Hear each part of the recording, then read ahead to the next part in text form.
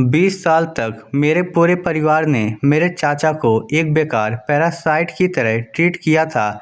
लेकिन उस रात जब मैं आधी नींद में था, चाचा के कमरे से उठने वाली आवाज़ ने सब कुछ बदल दिया। पहले तो मुझे लगा हवा होगी, लेकिन नहीं, दरवाजे के पीछे कोई धीमे धीमे रो रहा था। मैंने कदम रोके। घर में बाकी सब सो चुके थे। चाचा का कमरा अंधेरे में डूबा था और उनके रोने की आवाज़ किसी टूटी हुई आत्मा जैसी लग रही थी। मैंने दरवाज़ा हल्का सा धक्का दिया और चौंक कर उठ बैठे। उनकी आंखों में ऐसी घबराहट थी जैसे उन्हें डर हो कि उनके रोने पर भी कोई उन्हें डांट देगा। चाचा, आप रो क्यों रहे थे?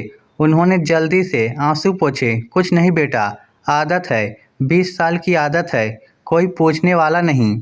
उनकी कांपती आवाज़ मेरे दिल में हथौड़ी की तरह लगी। हमारा पूरा परिवार उन्हें नालायक, बेकार, कमाऊ ना होने वाला बोझ समझता था। हर त्योहार पर, हर दावत पर, हर गुस्से में चाचा को सुनना पड़ता था, ये घर में खाकर क्या कर रहा है? कोई काम धंधा नहीं, बस पड़े रहते हो, किसी काम के नहीं।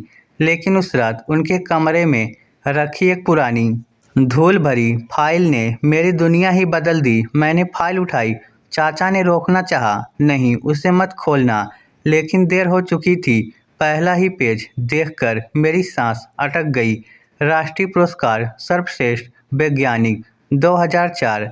नीचे छोटे अक्षरों में लिखा था डॉक्टर आर्यन मेहरा, जो कि मेरे चाचा का पूरा नाम था। मेरी आंखें फैल गई। मैं दौड़कर अगला पन्ना देखने लगा। दूसरा पेज एक अमेरिकी यूनिवर्सिटी का पत्र। आपकी रिसर्च हमारे देश में भी लागू की जा सकती है, कृपया तुरंत संपर्क करें। तीसरा पेज भारत सरकार की तरफ से लंबा कॉन्ट्रैक्ट। चौथा उनके बनाए प्रोजेक्ट की ब्लूप्रिंट। पांचवा मेडिकल रिसर्च पेपर, जिस पर उनका नाम सबसे ऊपर था। मैं हक्का बक्का था। चाचा, ये सब क्या है? आपने कभी बताया क्यों नहीं?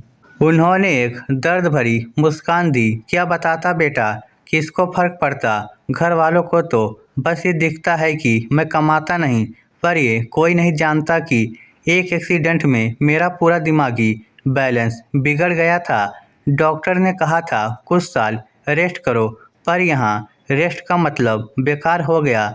मैं चुप था क्योंकि हर शब्द तीर की तरह लग रहा था। और हाँ, उन्होंने धीरे से कहा, मैं ये फाइल छुपा कर रखता हूँ क्योंकि अगर किसी ने देख लिया तो कहेंगे, अरे पहले इतने बड़े थे, अब क्या हो गया? मैं बोझ नहीं कहलाना चाहता था बेटा, मैं खुद से शर्मिंदा हो गया। 20 साल तक हमारा परिवार उन्हें ताना देता रहा और वो अपने टूटे सपनों के साथ चुपचाप जीते रहे। मैंने उस रात बिना किसी को बताए चाचा के सभी दस्तावेज स्कैन करवाए, उनकी फाइल सही करवाई और अगले दिन उनकी रिसर्च से जुड़े पुराने संपर्कों को मेल लिखकर सब भेज दिया। 2 हफ्तों बाद एक बड़ा चमत्कार हुआ। चाचा के लिए कॉल आया, सर हमें आपका पुराना प्रोजेक्ट मिला, हम आपको सलाहकार वैज्ञानिक के रूप में जोड़ना चाहते हैं। चाचा की आंखों से आंसू निकल आए। उन्हें लगा शायद ये सपना है, लेकिन नहीं, सच था। और जिस दिन चाचा पहली बार मीटिंग के लिए तैयार होकर निकले, घर वाले सब खामोश खड़े थे। सबके चेहरों पर वही शर्म थी जो किसी को अपना असली रूप दर्पण में देखकर महसूस होती है। चाचा ने सिर्फ इतना कहा, मैं गुस्सा नहीं हूँ, बस अब खुद को साबित करने की जरूरत नहीं है। 20 साल का वक्त आदमी को बहुत कुछ सिखा देता है।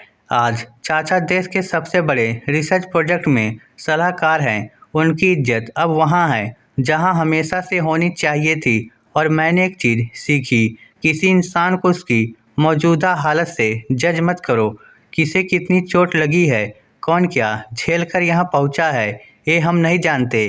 कभी कभी सबसे बड़ा हीरा घर के कोने में धूल में पड़ा होता है। और हाँ, मेरे चाचा अब पैरासाइट नहीं कहलाते, अब वो गर्व है, हम सबका गर्व।